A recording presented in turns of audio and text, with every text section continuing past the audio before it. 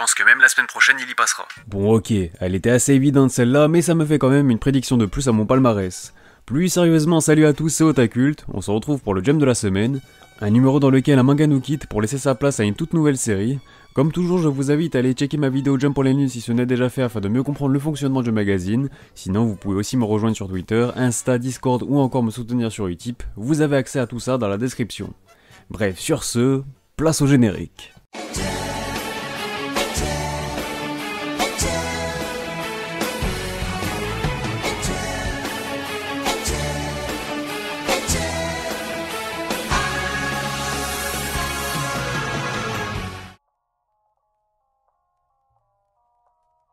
Tout d'abord, commençons comme d'habitude par la partie hors classement. Le lead color de la semaine revient comme prévu à la nouveauté Magu-chan God of Destruction, signé Kameki Kei, un auteur assez inexpérimenté donc on espère que sa première dans le Shonen Jump aboutira sur un succès. Au passage, plusieurs pages couleurs nous donnent déjà un bel aperçu de son univers. Les autres pages couleurs sont réservées au second chapitre de Ayakashi Triangle et pour le moment niveau Eishi, je semble être épargné, c'est assez soft. Jolie page couleur également pour la romance We Never Learn, sans oublier que Jujutsu Kaisen est quant à lui récompensé par sa 8ème page couleur de l'année. Clap de fin pour le décevant Guardian of the Witch qui ne sera pas parvenu à trouver son public au sein du magazine. Ses ventes catastrophiques lui coûtent donc cette fin prématurée après seulement 19 chapitres qui seront ensuite compilés en 3 volumes. Du côté des nouveautés, Time Paradox Ghostwriter rejoindra le classement dès son 8ème chapitre, soit dans 2 semaines, et je dois vous avouer que j'ai vraiment hâte. Et enfin, du côté des absents, c'est My Hero Academia qui est en pause cette fois-ci pour la 2ème fois de l'année, tenant ainsi compagnie à Hunter x Hunter qui est toujours en hiatus. On passe maintenant au classement qui est composé de 13 mangas, soit idem que la semaine passée. Autant vous prévenir d'avance, il s'agit peut-être du classement le plus surprenant de l'année, mais aussi du plus mouvementé, en commençant par la chute de Mission Fusakura Family qui se retrouve bon dernier. Le rookie à Gravity Boys trébuche lui aussi de nouveau de 4 rangs, sombrant ainsi aussi vite dans ses mauvaises habitudes puisqu'il signe son 9ème trio de fin. Mais la mauvaise surprise de la semaine nous vient bel et bien du côté de Black Clover qui apparaît dans la zone rouge pour la première fois de l'année pour son retour de pause. Un manga qui semble confirmer une année un peu plus mitigée que les précédentes, sans pour autant se trouver dans une situation alarmante non plus, si ça peut vous rassurer. Actej échappe quant à lui de très peu à la zone rouge après sa petite remontée d'une place, il reste cependant ancré dans le fond du sommaire. La situation de Chainsaw Man n'est pas plus réjouissante puisqu'il effectue son comeback à la 9ème place, après avoir profité d'une page couleur la semaine passée. Il est devancé par la comédie Mitama Security Spirit Busters qui se paye le luxe de progresser de 2 rangs afin d'apparaître à la 8ème place. Son avenir semble toujours aussi imprévisible, dans la mesure où il bénéficie clairement d'un soutien éditorial important, malgré un très faible niveau de vente, donc c'est assez paradoxal. Mis à part ça, on retrouve Machel en milieu de tableau, lui qui a été contraint de reculer d'un rang cette semaine, il reste cependant dans une bonne forme pour une nouveauté. 2ème classement toujours aussi convaincant pour Mori King malgré un déclin de 3 places, il s'offre tout de même une jolie 6ème place. Retour réussi pour le rookie Undead Unluck qui apparaît dans le top 5 après avoir bénéficié d'une page couleur la semaine passée, c'est même son meilleur classement pour faire simple. Réel succès précoce ou simplement une mise en avant des éditeurs pour dénicher leur nouvelle pépite. Bonne collection s'offre en tout cas la 4ème place pour son tout premier classement dans le Shonen Jump. Comme Mori King ou n'importe quelle nouveauté, il devra confirmer en enchaînant des prestations de ce genre, mais gardez tout de même en tête que les éditeurs sont libres d'influencer les classements comme ils l'entendent pour promouvoir telle ou telle série. C'est toujours plus vendeur quand elles sont bien classées et donc en début de sommaire.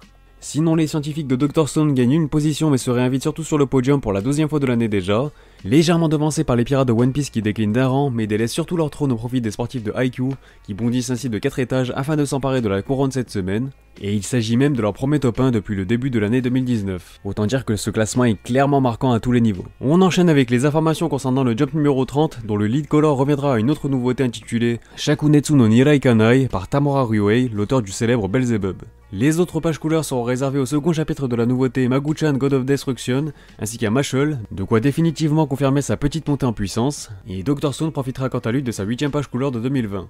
A noter que ce sera cette fois-ci One Piece qui sera en break la semaine prochaine, il effectuera son retour dans le Jump numéro 31. On passe à la rubrique actualité, et on va commencer dans un premier temps par l'actu anime. Et oui, j'ai enfin de bonnes nouvelles à vous partager concernant la reprise de certaines séries. La diffusion de l'anime de One Piece reprendra donc le 28 juin prochain, soit la semaine prochaine. Je vous rappelle au passage que la saison 5 de Food Wars reprendra le 3 juillet prochain, et enfin, l'anime de Black Clover sera quant à lui de retour le 7 juillet. Bonne nouvelle également pour Gintama qui va s'offrir un nouvel épisode spécial qui sortira exclusivement au Japon sur la plateforme DTV début 2021. Ce dernier sera directement lié au 3ème film de la licence qui est lui aussi prévu pour le début de l'année. Côté manga, je vous partage un premier visuel de la couverture du 21ème volume de Demon Slayer prévu pour le mois de juillet au Japon. Demon Slayer a également confirmé son immense succès en France en vendant plus de 300 000 exemplaires, des chiffres tout simplement fous pour le marché français. De plus, un tome par mois sortira jusqu'à la fin de l'année, on sera donc rendu au tome 14 d'ici décembre. De nouvelles réimpressions ont notamment été fixées pour le 15 juillet prochain pour les 10 premiers tomes de la série, tandis que les volumes restants seront réimprimés le lendemain.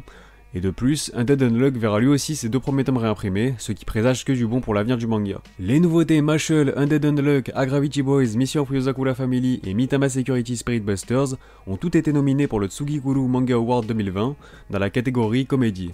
De quoi leur faire un peu de promo, et d'autant plus si l'une d'entre elles venait à être récompensée. Et en ce qui concerne The Promised Neverland, la dessinatrice Demizu Pozuka a révélé qu'un projet spécial était en préparation pour la série, en plus de tout ce cité la semaine passée, à savoir une adaptation en série américaine, un nouveau fanbook et un artbook, ainsi qu'un jeu vidéo chara-designé par Demizu Pozuka, qui ne sera cependant a priori pas centré sur le manga.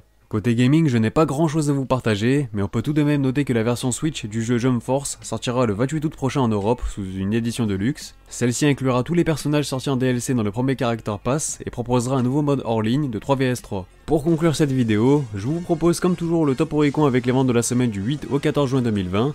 Tout d'abord, hors du top 50, on retrouve le deuxième volume de Undead Unluck qui a ajouté plus de 4000 unités à son compteur, avoisinant désormais les 18 000 copies vendues en 11 jours. Le premier volume de Mashle affiche quant à lui un score dépassant les 22 500 unités, encore une fois sa survie est désormais assurée. Le 22e opus de Yuna de la Pension Yuragi quitte déjà le top 50 malgré ses 16 000 exemplaires vendus cette semaine, de quoi lui permettre de se rapprocher de la barre des 50K au total. We Never Learned confirme lui aussi son déclin puisqu'il n'enchaîne même pas une deuxième présence dans le top 50 pour la première fois depuis très longtemps pour un nouveau volume. Son 17e tome se rapproche quant à lui des 80 000 ventes. On passe à ce fameux top 50 où l'on peut souligner une belle chute pour le 7e volume de Chainsaw Man qui explose malgré tout ses propres records. Il ajoute plus de 38 000 unités à son compteur qui a quant à lui déjà franchi les 130 000 copies vendues. Il est devancé par le 5e volume de Demon Slayer qui s'invite à la 31e place du top suite à ses 52 000 exemplaires vendus. Lui-même tout juste devancé par le 11e opus de Jujutsu Kaisen qui s'offre la barre des 200K en seulement 11 jours de vente. Ses ventes déjà très bonnes devraient encore plus exploser grâce à sa future adaptation animée. Je vous laisse une énième fois en compagnie du top Kimetsu puisque tous les tomes de la série sont encore présents cette semaine. Le manga se rapproche grandement des 52 millions d'exemplaires vendus depuis le début de l'année. Bref, que dire de plus, c'est la routine quoi.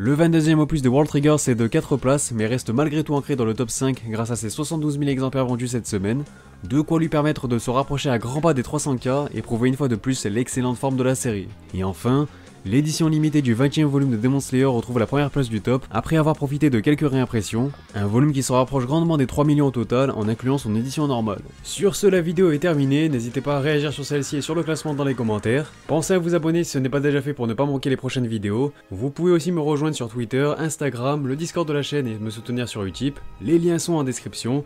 Quant à moi, je vous dis à bientôt pour de prochaines vidéos, portez-vous bien, et sur ce, on se reverra.